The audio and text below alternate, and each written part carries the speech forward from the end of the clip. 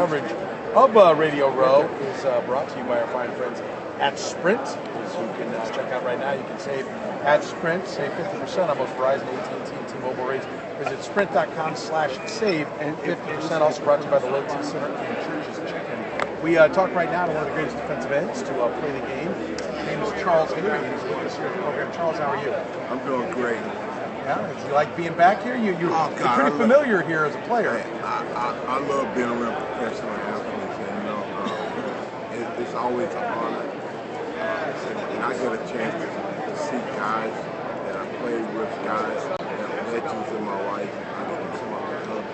How nice is it to have all the Super Bowls you had? It was such a great experience, but the biggest experience was playing with my teammates and being a part of that bond that we share can never be broken. You got 5, right? I got 5. I mean, do you think maybe because you got so many, because I know a number of guys who played for a long time, they never even got to the game, let alone win 5 times. Do you think maybe you don't, because you were so successful and won so many that you don't? Yeah. I mean, I don't like how that sounds, but I'll tell you a little secret. Every Super Bowl, I sacrificed something. Knee surgery, back surgery. It was something I had to sacrifice in order to win. So every time I look at those Super Bowls, I don't think it was. I know what I had to go through. I know the adversity that my teammates had. So, and you know what they say? If it doesn't kill you, it makes you stronger. And it made me stronger. Made you mentally stronger. Didn't necessarily make you physical. Well, you know what? The game ain't about the physical. Guys that are able to control their brain, their thinking, are the ones that are successful. How are you feeling right now? I know you're doing some work here talking about joint pain. Go ahead. Zimmer Barnett. I know a lot of players who had that knee, hip, shoulder replacement, and Zimmer Barnett, they have the greatest, product. They cutting edge. You don't have to live with pain. And it's not only football players; it's a public. Sure. Everybody gets old. And the thing is, athletes can take it and see it, and a normal person, it'll work great. What after effects do you have from playing the game? What? I've had 4-level back fusion with cages put in. I've had a lot of knee surgery, elbow surgery, shoulder surgery. I'm rebuilding my body, but I haven't had anything replaced yet. But I think my knees will be the first. Was it worth it? Football. Yeah. Hell yeah. Because I was poor.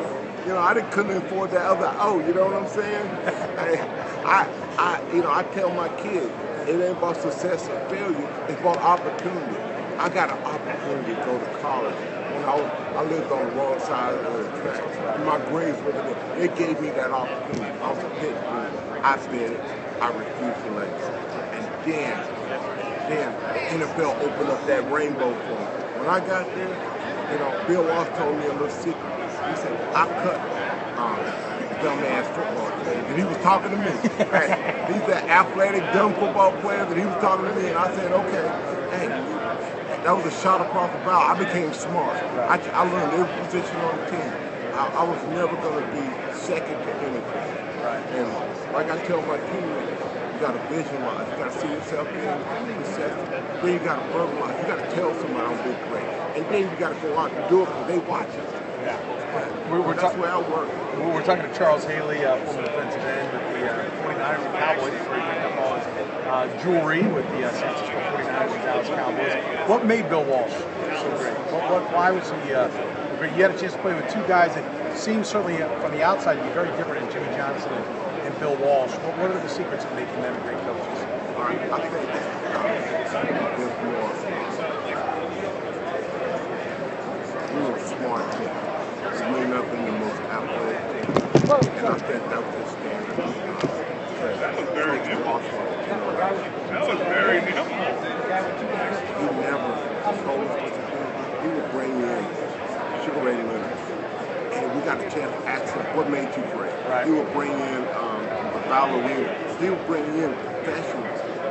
We get the chance to look at and ask questions. So what did you learn from the ballerina? Hey, I learned what her work ethic, how she had to get up at 4, 5 o'clock in the morning, and she had to go, her knees hurt, her feet hurt, but you know what? She kept going. She go through the pain, and then when she got to the Olympics, you know what? Hey, when all the pressure on, what do you do? How do you deal with stress? It's a little thing. It's like Lamar. Breathing. Right. I've learned from professional athletes a lot of what you do is bump. That's bump control. Guys that got heart rate, those are the ones that tap on the head running out on the field. Those that can throw, that breathing, those are the guys that are more successful. So here it is, Charles. This is Lamar's class. Is what allowed you to be on the field. Hey, I had, thank God I had Ballerinas and Lamar. Who knew? Hey, I tell you, and then you know I did karate. My sensei was George Chung. I remember he had the shield up on kick, and I missed the shield and hit him upside the head. His left foot hit me upside the head, and I hit the ground. I never missed that damn shield ever again. You know what I'm saying? That's funny you mentioned that because I know Jared Allen, when he was with the Chiefs, started martial arts. It was a lot of what he started working with, and he gave credit to really kind of taking his career to another level. And Tom Ali does that as well. The Chiefs have a sensei, a master, that comes in and works with a lot of that hand fighting stuff to try to get guys off balance. But I think the league has tried to portray that the NFL is not violent. So by them bringing in guys like that, they don't bring those guys in anymore. Really? Yeah, that's too bad. I mean, it's a great balance. It's a discipline. You learn not to blink when somebody swing at your head or something. You don't blink, you don't back your head up, you know. You deal with it. You know, it's called fight. I like doing that fight shit. Yes, it's a little bit different. We're talking to Charles Haley here on the program. What was Joe Montana like? Oh, awesome. Yeah, he was the guy that was he the best? In my mind, he's the best ever. He's like Cam Newton. Joe, you never seen him frown. He's always happy, always excited. He always knows that, guess what, no matter what happens, I'm going to win. You know, he used to come back to me. I used to watch him get crap knocked out of him. And then I asked the player, what did he say? He said, did he catch the ball? And I mean, that's the kind of guy he is, you know. He's very special in my life. I love him, man. I was very mean to Steve Young because I felt like Steve was threatening Joe's longevity, But you know, you learn to get over shit. Yeah. We're talking to Charles Haley here in the program. All right, who you like in this game this weekend?